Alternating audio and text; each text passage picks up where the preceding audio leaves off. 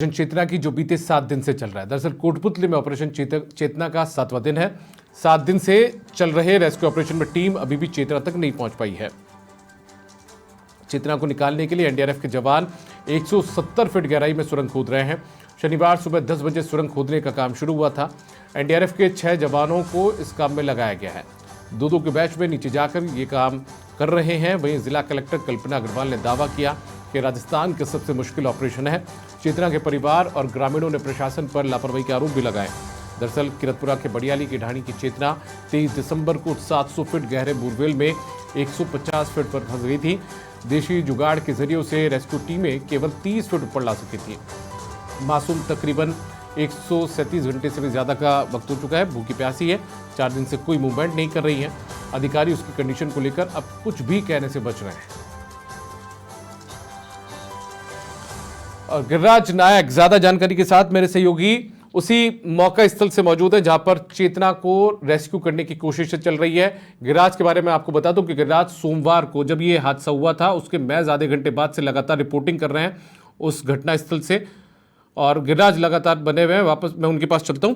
गिरिराज, अभी सबसे पहले क्या कुछ स्थिति मौके पर, मुझे सबसे पहले ये अपडेट आप बताइए, क्योंकि आपसे जब मेरी बात 4 बजे हुई थी, 4:30 बजे के तकरीबन, तब आपने बताया था कि 2 फीट 2.5 फीट के आसपास की टनल का काम और होना है, लेकिन पत्थर बीच में आ रहे हैं और वो चुनौती एनडीआरएफ की टीम के लिए, रेस्क्यू टीम के लिए बने हुए हैं। कुछ राहत मिल पाई है एनडीआरएफ को उसमें?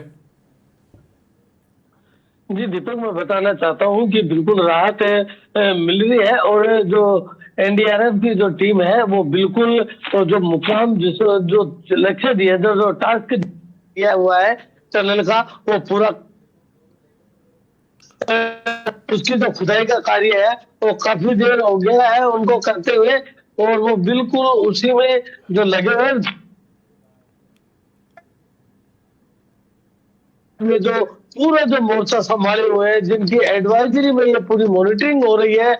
और योगेश कुमार मीणा है, मैंने पहले भी बताया था कि फर्स्ट टाइम जब आए थे, जब से ही इनके साथ बरोबर इस रेस्क्यू की जो मॉनिटरिंग हो रही है, क्या पल पल की जो अपडेट दे रहे हैं, वो योगेश कुमार मीणा है। मैं इनसे जानना चाहूंगा, सर अभी 4:30 बजे के करीब 4.5 5 फुट की जो टनल बन गई थी, अब आगे की क्या अपडेट है और किस तरीके से है और किन कठिनाइयों का सामना करना पड़ रहा है?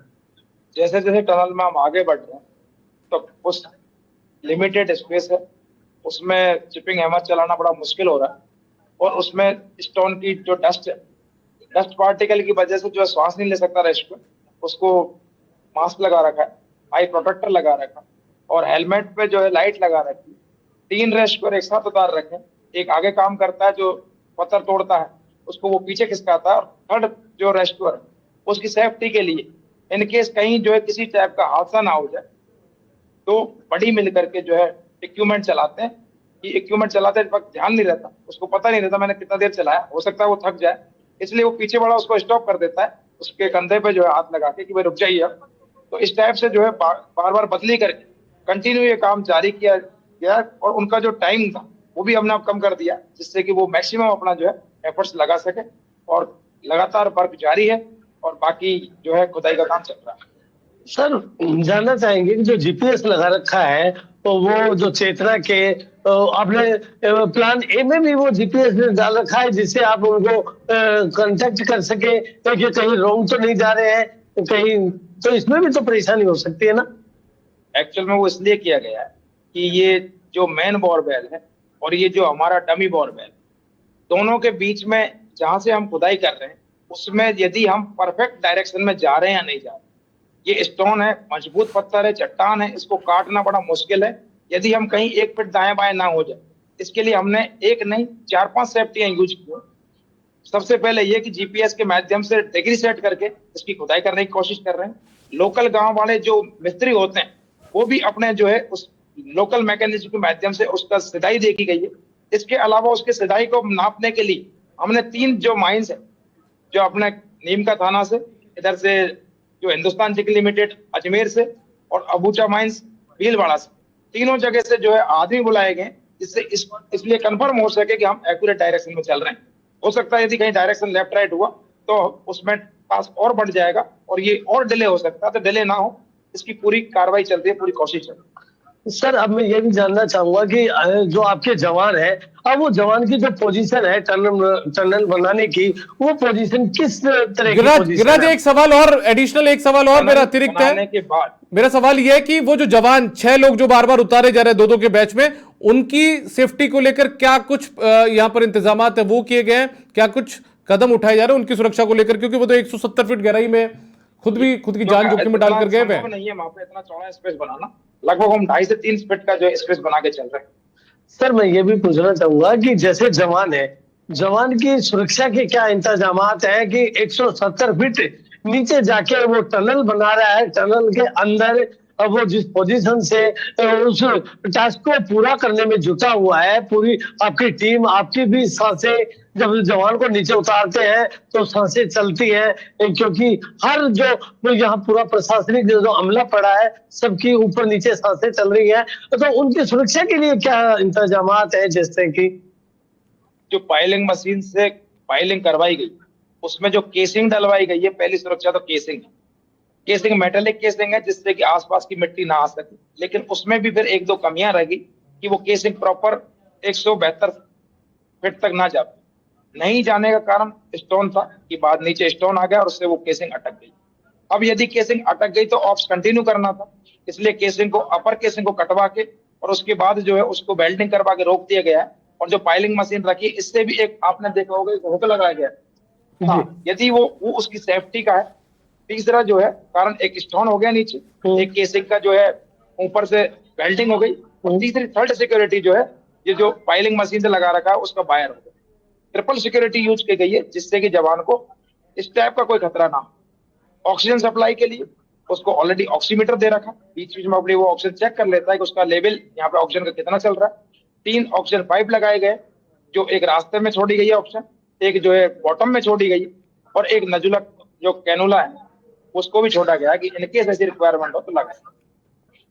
सर बात करें कि जैसे कि जो जवान है बरोबर टनल का कोई 1 घंटे कोई 2 घंटे की जो अपनी क्षमता के अनुसार टनल बना के आ रहा है, ऊपर आता है, तो उसे यहाँ पे इस तरीके का कोई लोई वगैरह होती है ऐसा उड़ा के और उसके बाद में उसे कोई मिल्क देते हो गर्म का, उसका क्या रीजन है?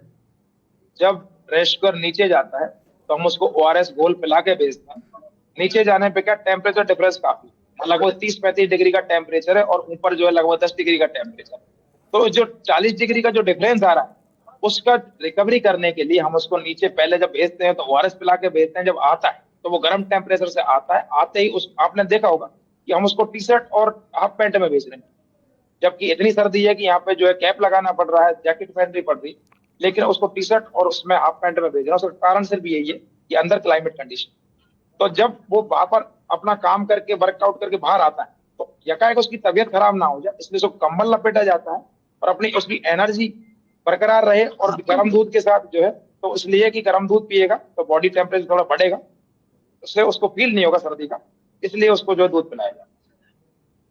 लास्ट सवाल है सर, क्या उम्मीद करें कब तक ये जो टास्क पूरा हो जाएगा? क्योंकि जो घंटे है, 7वां दिन है, ये बड़ा छोटा नहीं है, काफी सोचनीय है और सभी के सांसें जो है इसी पे टिकी हुई है कि पूरी तरह आप भी लगातार कर रहे हो।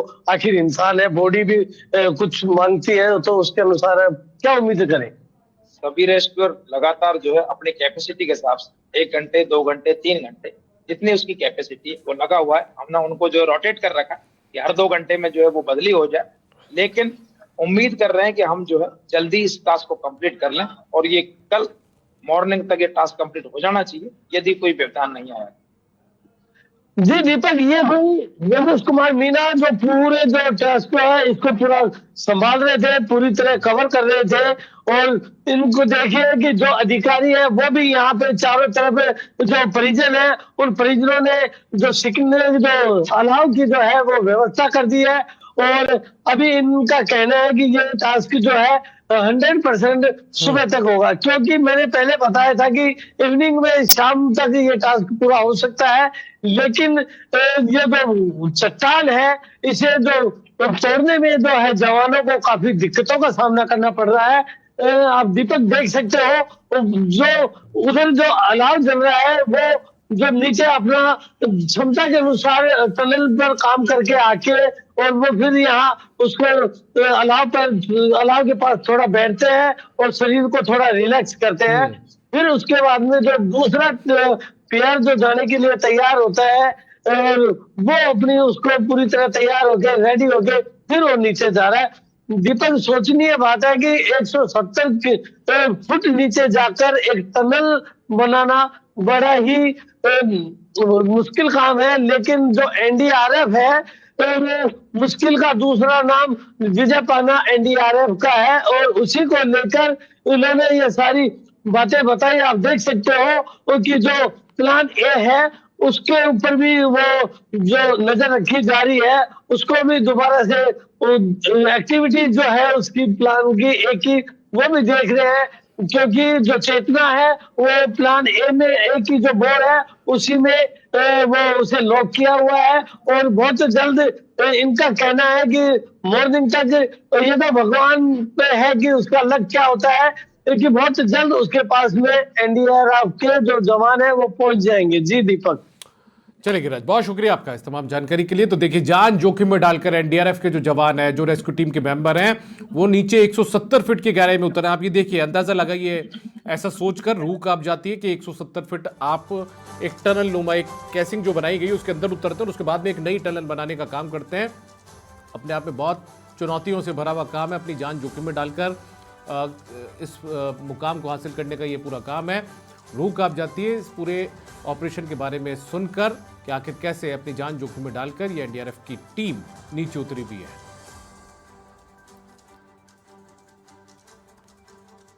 लेकिन चेतना को निकाला जा सके, उसको लेकर ये पूरी जद्दोजहद चल रही है। ईश्वर से दुआ करिए कि चेतना सही सलामत निकले। हालांकि 7वां दिन है आज इस ऑपरेशन का। उम्मीद की जानी चाहिए कि चेतना सही सलामत निकले और उसके बाद अपने परिजनों के पास पहुंचे, किसी मां की गोद सुनी ना हो।